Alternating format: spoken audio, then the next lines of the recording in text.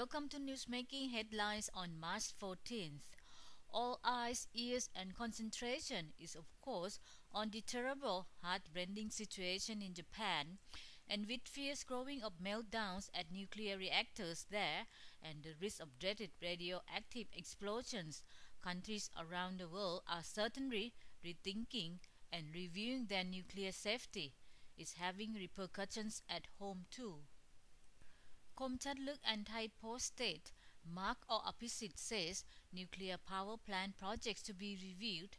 PM Opposite Vechachiwa says, given what's happening to the nuclear plants in Japan following massive earthquakes and a killer tsunami, the Thai cabinet would have to take the crisis into consideration when making decisions on its own nuclear project.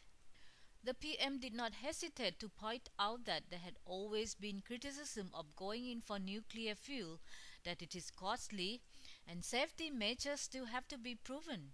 And besides terrorism, nuclear plants also have to contend with a natural disaster.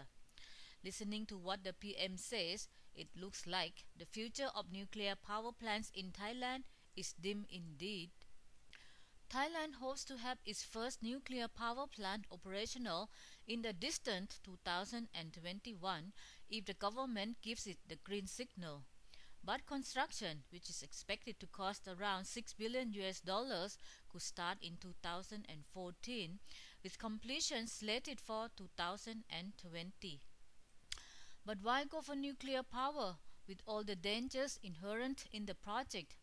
Well, the country is being forced to find alternative energy given the current pace of rising electricity demand and the dwindled natural gas.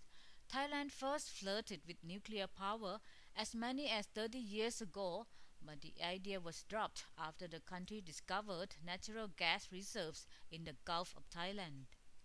Which brings us to another burning question. Is Thailand likely to face the massive earthquake that ripped through northeastern Japan? And what kind of impact would such an earthquake have on Thailand's still active faults? The good news is that Thailand, luckily, is not among the countries in the Pacific Ring of Fire where a large number of earthquakes and volcanic eruptions occur. Komchatlyk, however, puts it plainly with a headline saying, "Watch out! Earthquakes in Burma affecting Thailand's fault lines."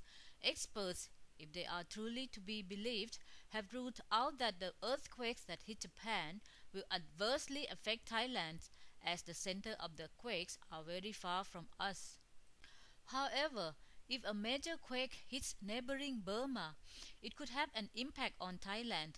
Still, the country's fault lines are relatively small, and if there is an earthquake from the movement of tectonic plates, it could be measured at not more than magnitude 5. Besides, the area where Thailand's faults are located are mostly under forests and not at densely populated areas. The experts, however, warn that no one can predict too far ahead when an earthquake is going to strike, so prevention is best. Well, we have all been stunned witnessing the mighty force of nature as it unmercifully unleashes earthquakes and tsunamis on mankind, and Thailand itself witnessed the brute force of a massive tsunami a few years ago. When humans are faced with the unknown, they sometimes turn to fortune tellers, whom they believe possess the vision of the future. Now, one fortune teller called Soraja has predicted there will be an earthquake followed by a tsunami in the Andaman Sea again this year. Is it believable or laughable?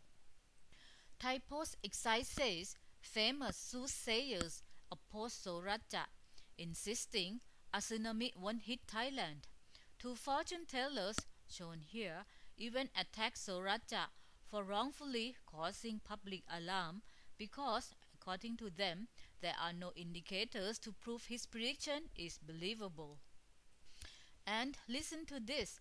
Research by Thai scientists have found that tsunamis only occur once every 300 to 1000 years in any particular region, with an average occurrence of 500 to 600 years. So there you have it. Do we believe our scientists or a fortune teller? Or do you feel it's best not to believe anyone these days, what with the rapidly growing global warming and a totally unpredictable nature? That's it, folks. Thanks for clicking in.